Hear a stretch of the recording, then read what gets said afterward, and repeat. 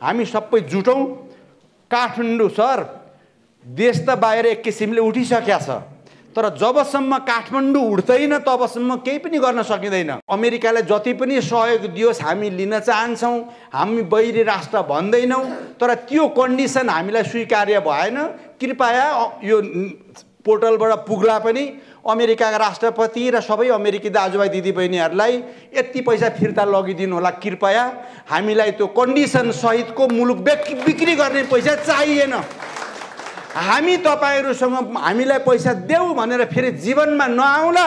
बरु कुनै दिन दुःख परो तपाईहरुलाई भने प्रत्येक नेपालीले 1-1 रुपैयाँ उठाएर तपाईलाई 3 करोड पठाइदेऊला। बरु हामी भिखारी होइन।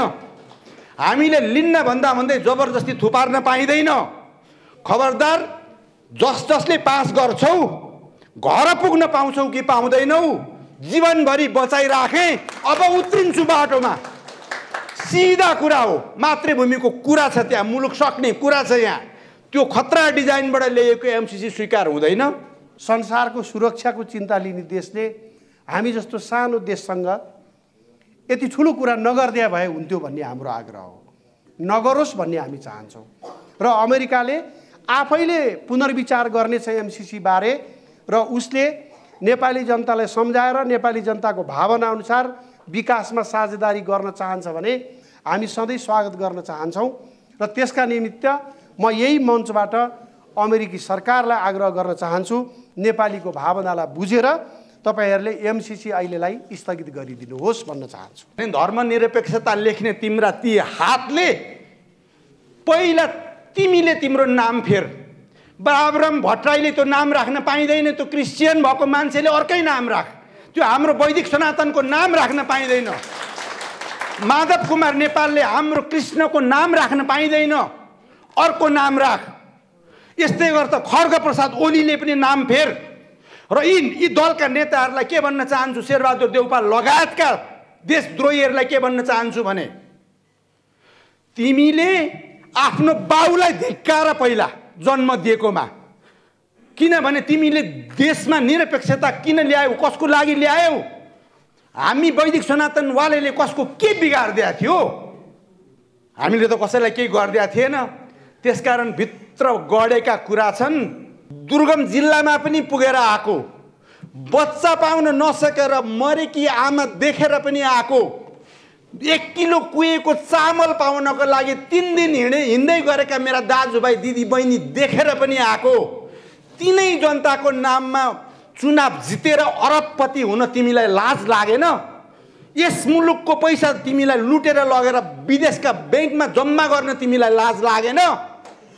तिम्रो त्यो खोसेर ल्याउँछ एकीकृत शक्तिले।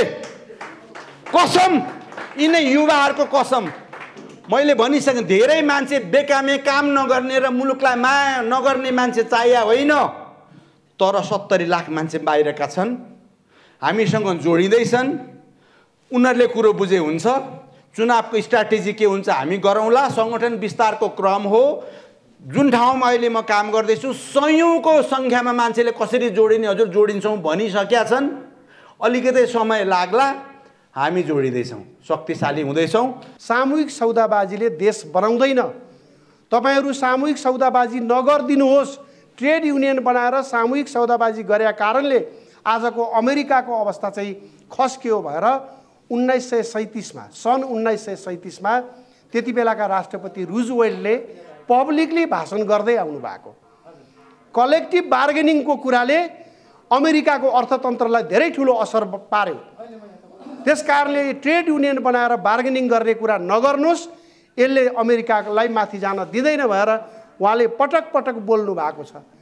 अनि देशलाई उन्नति हुन दिँदैन भनेर उहाँले भन्नुभएको छ।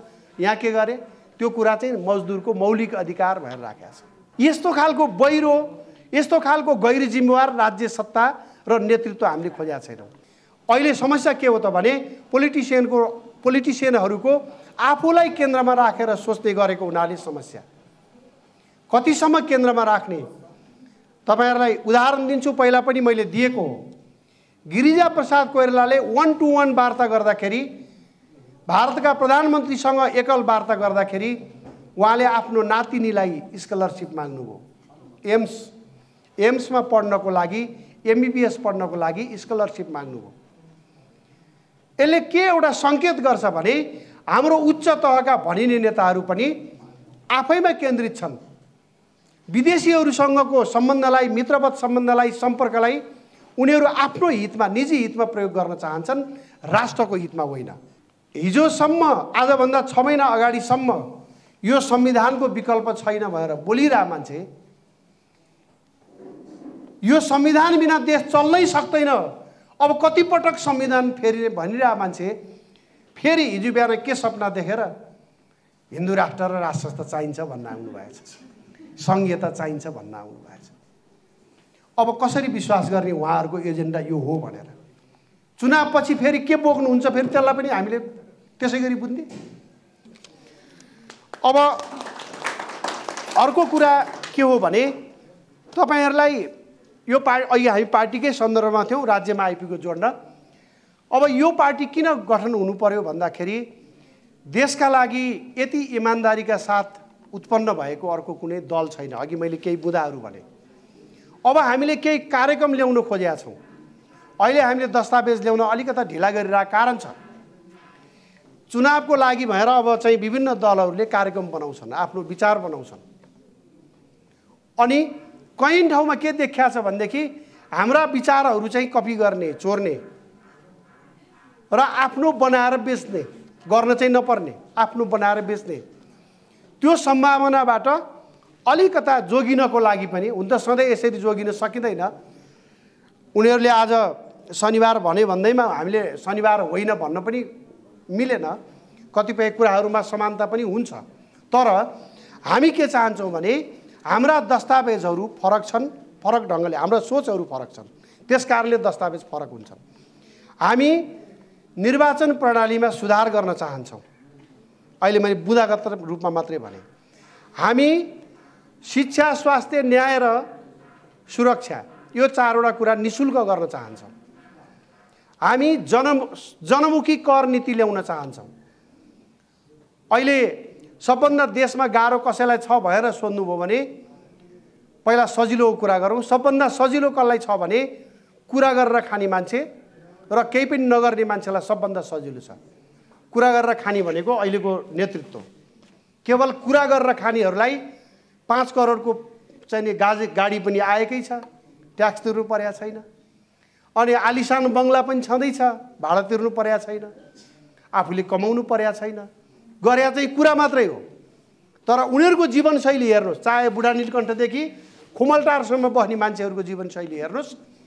उनीहरूको जीवनशैली हिजो मैतीदेहीमा 2 रुपैयाँ 50 पैसा थालमा चाहिँ पैसामा चाहिँ भात पाउँथ्यो, त्यो पैसा तिर्न नसक्ने मान्छेको आज जीवनशैली हेर्नुहोस्। आज हिजो गाडी भाडा तिर्न नसक्ने मान्छेको जीवनशैली हेर्नुहोस्। यसले बताउँछ उहाँहरूले चाहिँ हुन त देशमै परिवर्तन आयो भने ठान्नु भएको छ आफूमा आएको परिवर्तनलाई। तर यो कुरा के हो भने हामीले जनमुखी कर नीति किन ल्याउनु पर्यो भने अहिले सबैभन्दा बढी मारमा केही गर्छु, देशमा म काम गर्छु, 5 जना मान्छेलाई भए पनि रोजगारी दिन्छु भनेर कसैले काम सुरु गरेछ भने सबभन्दा ठुलो समस्यामा तिनै व्यक्तिहरू छन्। उद्यमी व्यवसायीलाई संरक्षण नगर्ने हो भने, कर्मवीरहरूलाई संरक्षण नगर्ने हो भनेदेखि देशले आर्थिक रूपमा विकास गर्न सक्दैन। त्यसको लागि नीति बन्नुपर्नेमा हाम्रो संविधानले के गरेछ भने 3-4 कुरा यो चाहिँ तपाईहरुले सम्झिनुपर्छ। हाम्रो अहिलेको संविधानले के गरेछ भने मजदुरलाई मौलिक अधिकारको रूपमा कलेक्टिभ बार्गेनिङ भनेको सामूहिक सौदाबाजी, मजदुरको हित राज्यले गर्छ, सबै नागरिकको हित राज्यले गर्छ, एउटा पाटो छ। तर मजदुरलाई मौलिक अधिकारको रूपमा के राखेको छ भने सामूहिक सौदाबाजी। अनि उद्यमीले एउटा लगानी गर्छ, बैंकबाट लोन लिएर काम गर्छ, अनि मजदुरको प्रतिनिधि हुनुपर्ने सञ्चालक समितिमा। त्यो कुराले के गर्छ? मजदुरले जहिले पनि आफ्नो मात्रै पक्ष लिन्छ, उद्योगको पक्ष लिन्छ भन्ने ग्यारेन्टी हुँदैन। मजदुर बन्ने नै मानिसको एउटा बाध्यता होला, रहरले मात्रै त मजदुर कोही बन्दैनन् होला। त्यो बाध्यताभित्र मैले फेरि मजदुरलाई अपमान गर्न खोजे। मजदुर हामी पनि एउटा मजदुरी गरिराखेका छौँ, मजदुरीका कायदा हुन्छन्, मजदुरहरूलाई हामी उच्च सम्मान गर्छौँ। तर कुरा के हो भने मजदुरको प्रतिनिधित्व सञ्चालक समितिमा भइसकेपछि एउटा व्यक्तिले उद्यमशीलतामा लगानी गर्न चाहँदैन, गाह्रो बनाउँछ। यही संविधानले त्यो कुरा रोकेको छ। संविधानमा मजदुरको प्रतिनिधि कुनै पनि औद्योगिक प्रतिष्ठानमा हुने कुरालाई प्रोत्साहन गर्ने भएर लेखेको छ। अनि स्थानीयलाई सेयर दिने, कुनै पनि उद्यम व्यवसाय काम गर्नु पर्यो भने स्थानीयलाई प्राथमिकता भनेको छ, सेयर दिने। सुन्दाखेरि त राम्रो, हामी अब सबै मान्छेहरू स्थानीय हौँ, तर त्यसले के गर्छ भने ठुल्ठुला प्रोजेक्टहरू आउँदाखेरि सबैभन्दा ठुलो अवरोध पनि स्थानीयले पुर्याइराखेको हुन्छ। भनेपछि एउटा उदाहरण तपाईँलाई दिएको मैले, यही संविधानभित्र आर्थिक विकासका अवरोध गर्ने धेरै त्यस्ता प्रावधानहरू छन्, तीमध्ये केही उदाहरण दिएको। अनि हामीले मजदुरहरूको जिम्मा राज्यले लिन्छ, हामीले हाम्रो पार्टीले लिने नीति, मजदुरको जिम्मा राज्यले लिन्छ, तर उद्यमीहरूलाई सजिलोसँग काम गर्ने वातावरण बनाऊ भन्ने कुरा छ। त्यो भित्रको एउटा कुरा के हो भने कर नीति हो। तपाईँहरूमध्ये कोही उद्यमशीलतामा हुनुहुन्छ भने कर तिर्न जानुहोस्, कर तिर्नलाई पनि कति दुःख दिन्छ भन्ने त्यस्तो देश हो यो। हामीले त्यसैले जनमुखी कर नीतिभित्र त्यस्ता केही प्रावधानहरू राखेका छौँ, जस्तै व्यक्तिले, एउटा परिवारले आफैले घोषणा गर्ने, कर उठाउनको लागि या त अनलाइनबाट या त व्यक्ति नै जसरी बिजुलीको बिल लिएर घर घरमा आउँछन् त्यसै गरिकन घरमै आएर कर्मचारीले कर उठाइदिने, तोकिएको कर तिर्न भएर एउटा उद्यमी व्यवसायी चाहिँ कसैको कार्यालयमा जान नपरोस् भन्ने यो नीति हो। यसभित्र अरू धेरै कुरा समेटिएका छन्। त्यसैले यो जनमुखी कर नीति पनि हाम्रो हुन्छ। त्यसपछि अनि अघि मैले सुरुमै भनेको छु, फेरि पनि नागरिक र राज्यको बिचमा बेग्लै सम्बन्ध। एउटा मानिसले माइती घरमा आएर प्लेकार्ड लिएर बस्यो भने पनि त्यो दिन प्रधानमन्त्रीले थाहा पाउनुपर्छ उसको पीडा के हो भन्ने कुरा। यहाँ त रमिताको लागि मात्रै जुलुस हुने गर्छ, विरोध पनि भइरहन्छ, विरोध गर्नुको अर्थ पनि हुँदैन, मान्छेहरू बोलिराखेका छन्, बोल्नुको अर्थ हुँदैन। यस्तो खालको बहिरो, यस्तो खालको गैर जिम्मेवार राज्य सत्ता र नेतृत्व हामीले खोजेका छैनौँ। हामीले अत्यन्त रेस्पोन्सिबल राज्यको परिकल्पना गरेका छौँ। यस्ता केही कुराहरू हामीले चाहिँ नि हाम्रो दस्तावेजहरूमा समेटेका छौँ। यीभन्दा केही अरू परराष्ट्रको मामिलामा, कृषिको मामिलामा हामीले लिने नीतिले, हाम्रो 3वटा एजेन्डाले कृषि क्षेत्रमा ठुलो क्रान्ति ल्याउनेवाला छ। त्यसलाई अहिले रिजर्भ राख्नुहोस्। हामीले हरेक फिल्डका मानिसहरूको कसरी माथि उठाउने भन्ने विषयमा, जीवनस्तरलाई माथि उठाउने भन्ने विषयमा धेरैवटा कार्यक्रमहरू ल्याएका छौँ, ल्याउँदैछौँ। त्यस कारणले पनि हो। र अन्तिममा सबभन्दा हाम्रो महत्त्वपूर्ण कुरा के हो भने हामी इमान्दारीका साथ आएका छौँ। इमान्दारीमा मलाई लाग्छ हामी अरू सबै दलहरूसँग प्रतिस्पर्धामा सबभन्दा अगाडि हुनेछौँ। त्यो कुरा व्यवहारबाट सिद्ध हुनेछ। हामी विचारमा स्थिरता छ। तपाईँ हेर्नुहोस्, 20औं वर्षदेखिका हाम्रा मानिसहरूको विचारमा एउटा स्थिरता छ। हामीले देशलाई केन्द्रमा राखेर सोच्यौँ। देशलाई केन्द्रमा राखेर सोच्दाखेरि हामी सबैको एउटै दृष्टिकोण बन्छ नि।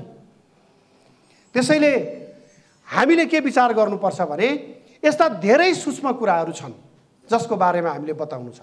अब एजेन्डाको कुरा, यहाँ प्रश्न पनि आएको छ, म यसको जवाफ दिएर म त्यसपछि म बिदा हुन्छु। के छ भने अरू पार्टीहरू पनि यस्तै एजेन्डाहरू मिल्ने छन्, हामी मिलेर जान सक्छौँ कि सक्दैनौँ, यसमा स्पष्ट हुनु होला।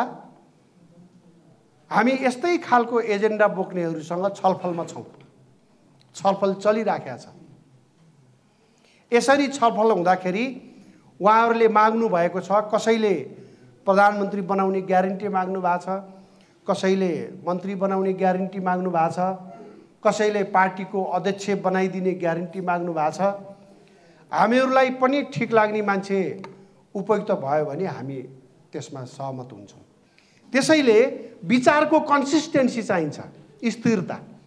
वैचारिक स्थिरता नभएका शक्तिहरूले चुनावको मुखमा आएर, अस्ति मैले देखिरहेको थिएँ एकजना यो काङ्ग्रेसको महामन्त्रीले यति ठुलो जनमत छ हिन्दू धर्म मान्नेहरूको, कसले अपमान गर्न सक्छ भनेर सम्झिनु होला। हामीले हिन्दू धर्मको कुरा गरेका छैनौँ, हामीले हिन्दू राष्ट्रको कुरा गरेका छौँ। जनकपुर धाममा सबैलाई निम्तो, अहिले म त्यहाँ काम गर्दैछु, यो मिटिङको लागि मात्रै आएको, फेरि पनि म त्यहाँ जान्छु र त्यो प्रोभिन्स 2 मा पर्छ, मध्य प्रदेश मिथिला प्रदेश भनिदिएको भए अलि राम्रो लाग्थ्यो होला। अब मध्य प्रदेश नामाकरण भएको छ, के नामाकरण हुने हो। त्यहाँ हामी सङ्गठन विस्तारको काम गर्दैछौँ, तपाईँहरूलाई पनि स्वागत छ। सर अब धेरै नबोल्ने, आज सुन्ने पनि कुरा हो। हाम्रो कार्यक्रम सर्ट एन्ड स्विट होस् भन्ने हाम्रो कुरा पनि छ। नीतिगत कुराहरू, हाम्रा आर्थिक पक्षहरू, हाम्रा सामाजिक पक्षहरू, हाम्रा परराष्ट्र नीतिहरू, यी सबै कुराको बारेमा हाम्रा किताबहरू नै बन्दैछन्। सबै कुरा समयकाल परिस्थितिमा आउँछन्।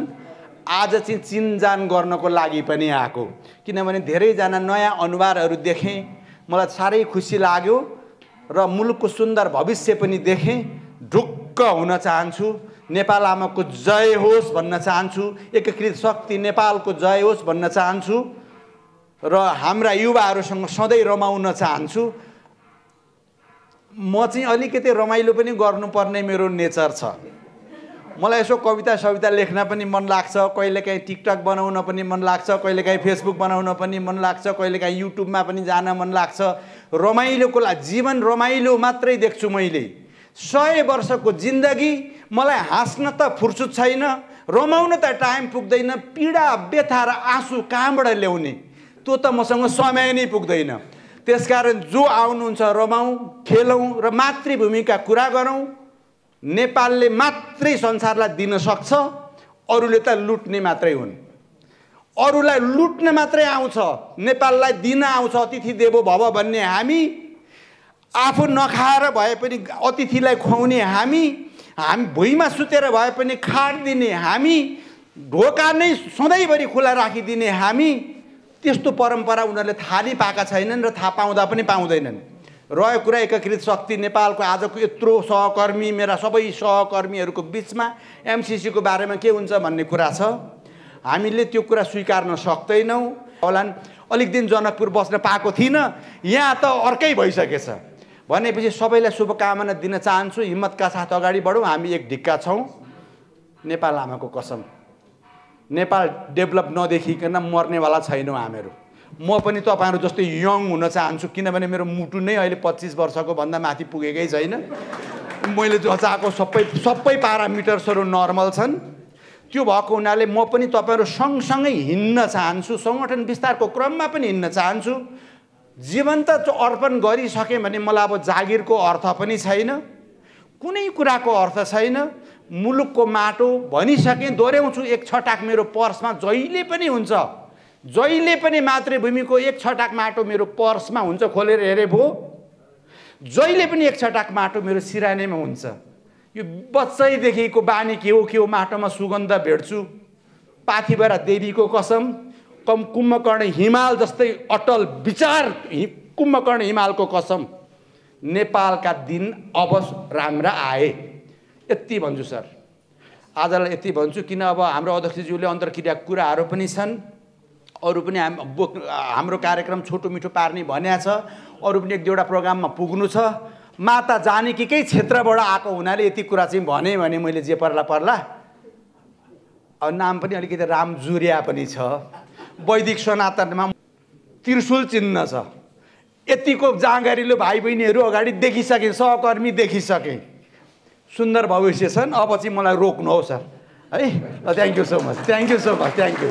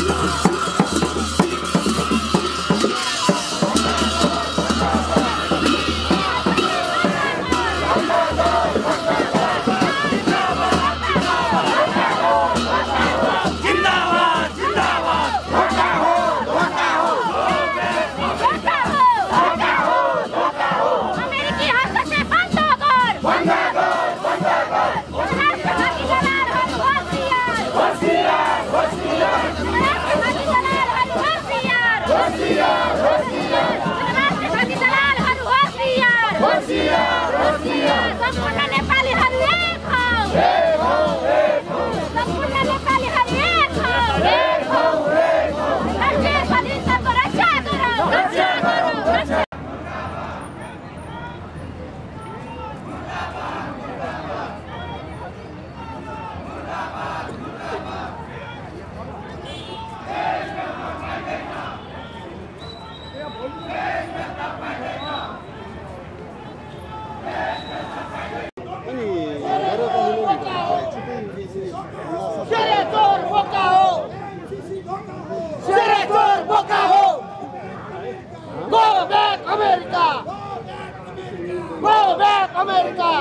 Go back, America!